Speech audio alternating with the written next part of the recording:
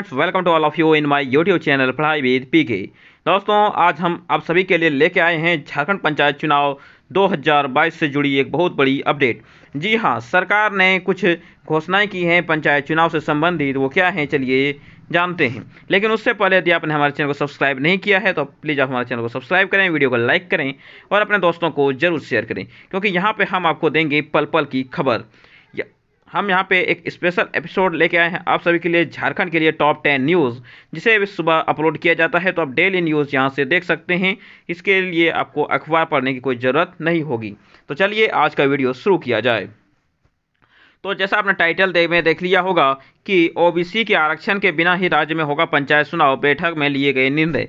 तो चलिए बैठक में क्या निर्णय लिए गए, क्या ओबीसी आरक्षण के बिना ही राज्य में पंचायत चुनाव होंगे, इन सब से जुड़े मुद्दे को जानते हैं हम अगले पेज पे। तो आप यहाँ देख सकते हैं कि ओबीसी को जनरल मानते हुए पंचायत चुनाव कराने पर सरकार के शीर्ष स्तर पर बनी सहमति। कि ओबीसी को जनरल कैटेगरी में ही मानते हुए पंचायत चुनाव कराने पर सरकार के शीर्ष स्तर पर सहमति बन चुकी है। और चलिए मैं आपको बता देता हूँ कि इसका सोर्स क्या है, क्योंकि बहुत से लोग हैं जो कि बोलते हैं कि ये फेक न्यूज़ है या फिर गलत न्यूज़ है। तो चलिए मैं आपको बता दूं कि ऐसा न्यूज़ नहीं है। यह जो न्यूज़ है वो आपका दैनिक भास्कर का न्यूज़ है, रांची का, और 20 फरवरी 2022 यानी आज का ये न्यूज़ है। ठीक है, यानी कि बिल्कुल ऑथेंटिक न्यूज़ है। मैं यहाँ पे एक भी गलत न्यूज़ नहीं देता, हर एक न्यूज़ मेरे द्वारा दिया गया यहाँ पे ऑथेंटिक न्यूज़ होता है। ठीक है, तो ओबीसी को जनरल मानते हुए ही पंचायत चुनाव कराने पर सरकार के शीर्ष स्तर पर बनी सहमति। सुप्रीम कोर्ट के आदेश के अनुसार ट्रिपल टेस्ट में जाने पर सरकार को लगेंगे 1.5 से 2 साल। यानी कि सुप्रीम कोर्ट ने जो बोला था कि ओबीसी को भी आरक्षण मिलना चाहिए, उसके जो ट्रिपल टेस्ट का जो प्रावधान किया था, अगर उसको राज्य सरकार अपनाती है तो उसके लिए राज्य सरकार को 1.5 से 2 साल का और समय लगेगा पंचायत चुनाव को लेकर। इसलिए सरकार ने निर्णय किया है कि नहीं, अब पंचायत जो चुनाव कराना है वह इसी प्रकार से कराएंगे, ओबीसी को जनरल मानकर। चलिए जानते हैं पूरी खबर को। तो झारखंड में पिछले 1 माह से पंचायत चुनाव को लेकर जारी मंथन में सरकार लगभग 2015 के ही तर्ज पर चुनाव कराने का निर्णय पर पहुंच गई है। लेकिन सुप्रीम कोर्ट के आदेश के अनुपालन करने के क्रम में ओबीसी जनरल के रूप में ट्रीट हो जाएंगे। मुख्यमंत्री हेमंत सोरेन, ग्रामीण विकास मंत्री आलमगीर आलम और शीर्ष अधिकारियों के बीच हुई 2-3 बैठकों के बाद सरकार इस नतीजे पर पहुंची है कि सुप्रीम कोर्ट के आदेश के दूसरे खंड का पालन करने में झारखंड को कम से कम 1.5 से 2 साल का और समय लगेगा। सरकार का मानना है कि पंचायत चुनाव को इतना लंबा टालना राज्य हित में नहीं है, क्योंकि आपको पता है कि पंचायत चुनाव जो है वो 2.5 साल ऐसे ही हो चुका है। मान लीजिए कि जो पंचायत चुनाव का अवधि 2.5 साल पहले ही समाप्त हुआ था और अभी इतना साल और बढ़ चुका है। और अब की बार यदि इसे अपनाया जाता तो 1.5 से 2 साल और समय लग सकता है। चलिए उसके बाद पढ़ते हैं। क्योंकि अब चुनाव और आगे बढ़ाने में से पंचायती राज संस्थाओं को केंद्र से मिलने वाला अनुदान कम हो जाएगा, इसलिए भी सरकार को है कि चुनाव जल्द से जल्द करा लिए जाएं। ट्रिपल टेस्ट में जाने पर लटकेगा चुनाव, आलमगीर आलम का है यह बयान।